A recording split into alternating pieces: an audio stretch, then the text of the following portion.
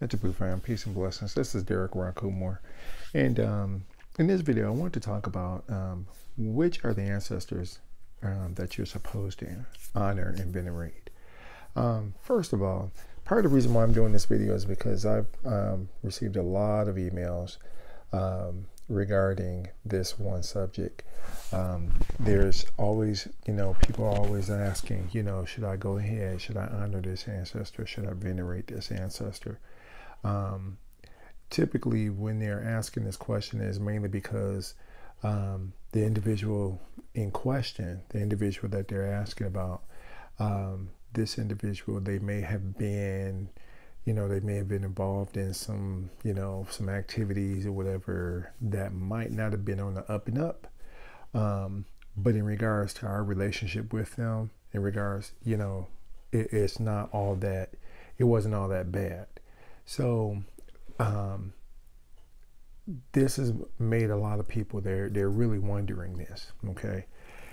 And for the most part, this is I don't want to say it's a touchy subject, but it's basically a subject that, I can't really tell you what you can or what you cannot do, all right? And the reason why I'm saying that is, first of all, honoring the ancestors, honoring and venerating your ancestors is very similar to, basically honoring and venerating, anybody who's living, okay? The way in which I kind of look at it is, it's like we have different types of people that come into our life. We have, or let me rephrase that, we have different family members, that come into our life. We have some family members or some people that come into our life, they're real cool. They're like, they're like our best buds and all that kind of stuff. Then you got some family or some friends or people who come into your life and it's like, you're cool, but you're not like this, you're not like tight, Then there's some people who come into your life and, they could be, again, they could be family, they could be friends or whatever. And these people you got to always watch, It's like whenever they're around, you kind of got to always look and try to make sure that they're on the up and up and that they're not doing anything that is going to bring harm to you. And they might be cool and all that kind of stuff.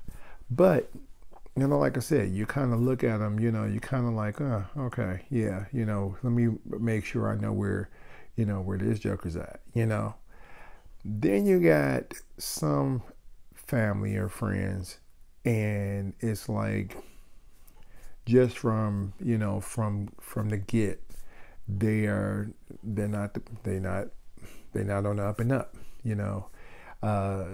they come across, they're just real, they got that real abrupt and, abusive and offensive energy. And as soon as they come in the door, you're like, okay, yeah, you got to go. All right. So if you think of it from that perspective, that's kind of how your ancestors and spirits are as well. You got ancestors and spirits who are almost, they're on that same level. They're on that exactly that same level, So do you really want to honor all of them? Do you really want to venerate all of them? Not really. Okay. There's some ancestors or some individuals that you honor and you venerate mainly because you want them to be an influence in your life. But then there's some of those, like I said, some of those individuals, when they pass, you're not trying to really deal with that, This is part of the reason why, I kind of really got into the whole honoring and venerating the ancestors and really learning about it and really studying it, because one of the things that I saw is that, this became a real popular thing. I would say probably maybe 20, 30 years ago. This is when you would see, these rappers and all these people. And I'm not just knocking, rappers or anything, but I mean, I'm just saying, you saw people who was basically, they get slain on the streets, and you saw, it was all of a sudden this became a thing. Pour some liquor out for them, okay? And even though you're, it's like, your boy or your homegirl or so, if they're involved in criminal activity, and and I'm not just saying criminal activity just in regards to, legal things in, in our country, in this country. I'm saying they're involved in things that attracts a lot of negative and destructive energies to your well-being, okay? Do you really want to go ahead and honor and venerate those type of individuals when they're involved in stuff like that? Okay, that's what we have to understand.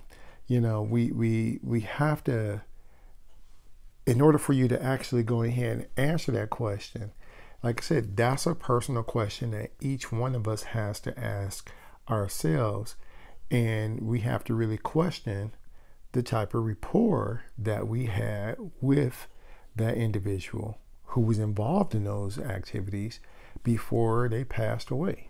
Like I said, that's something that we each have to ask ourselves, okay?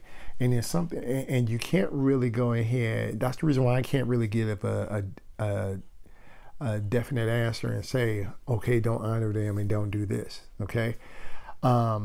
Because again, it depends upon the type of rapport you have with that individual. All right. Now, I should have started by saying that part of the reason why we have this confusion is mainly because here in the West, we've been taught that anybody who basically passes away, anybody who makes transition is an ancestor.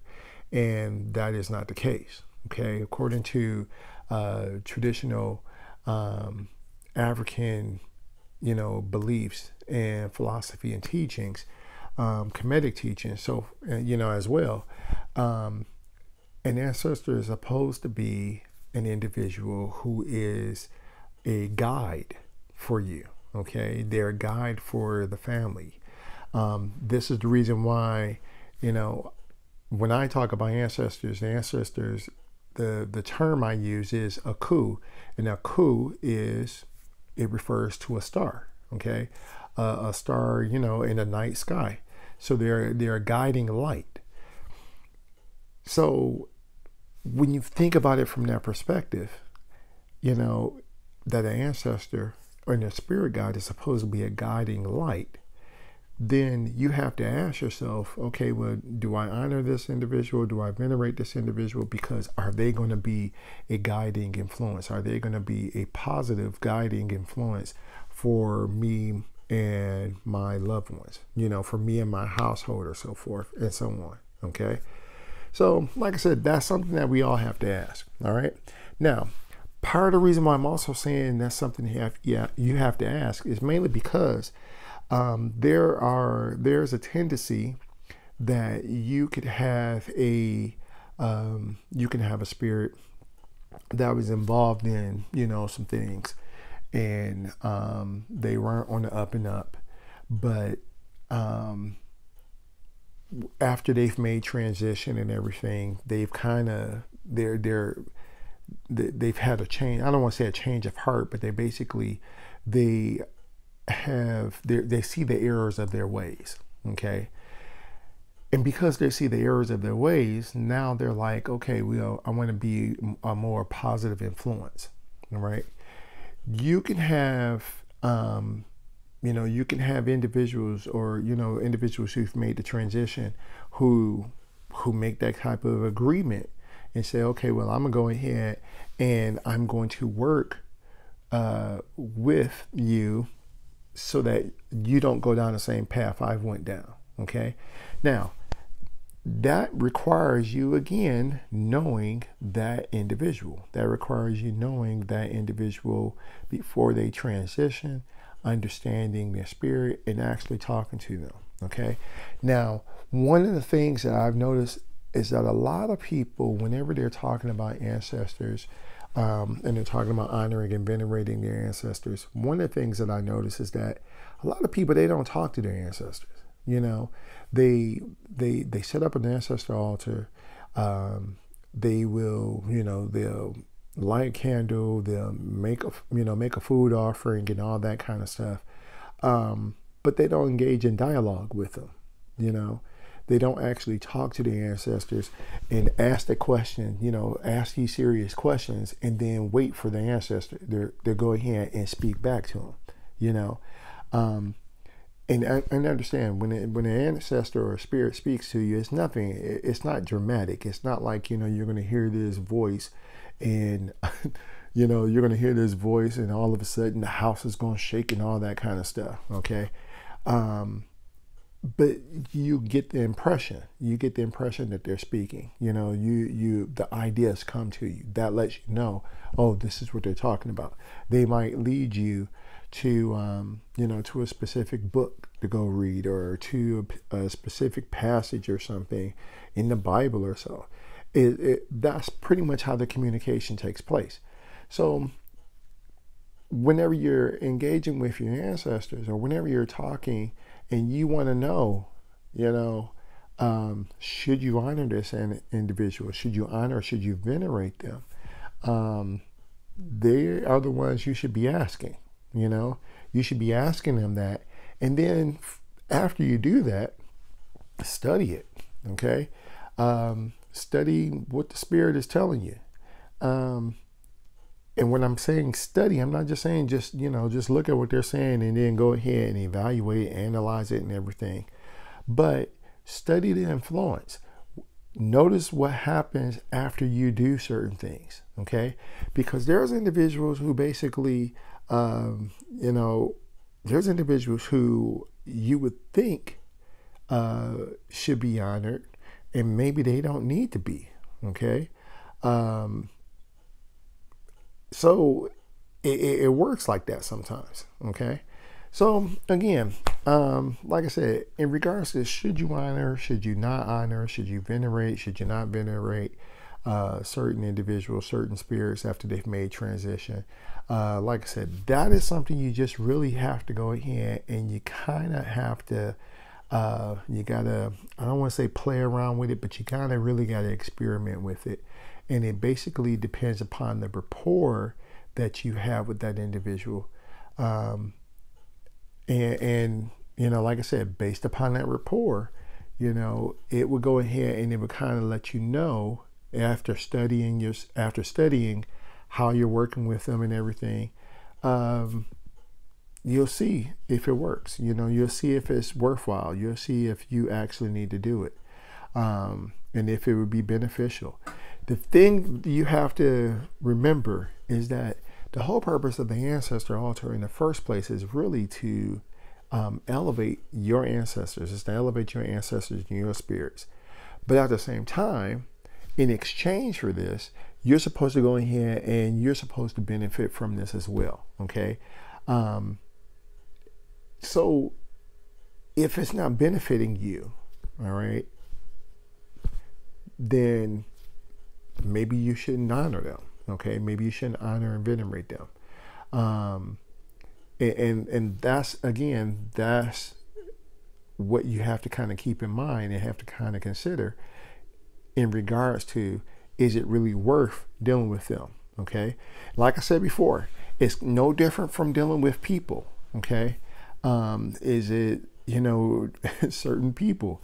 Do you want to actually hang around certain people based upon the influence and the energies that they attract to them?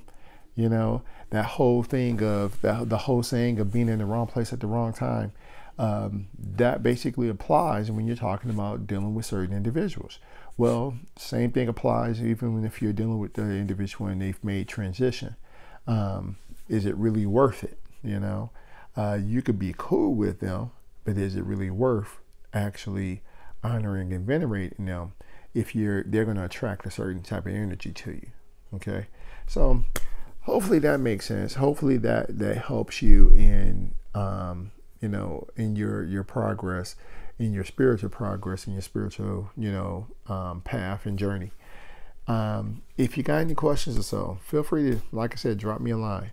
Until next time, thanks again for sharing, liking, and subscribing. Until next time, Hetepu. Peace. Just take it on. Just take it on to the house. Come on, Tigolo. Be strong.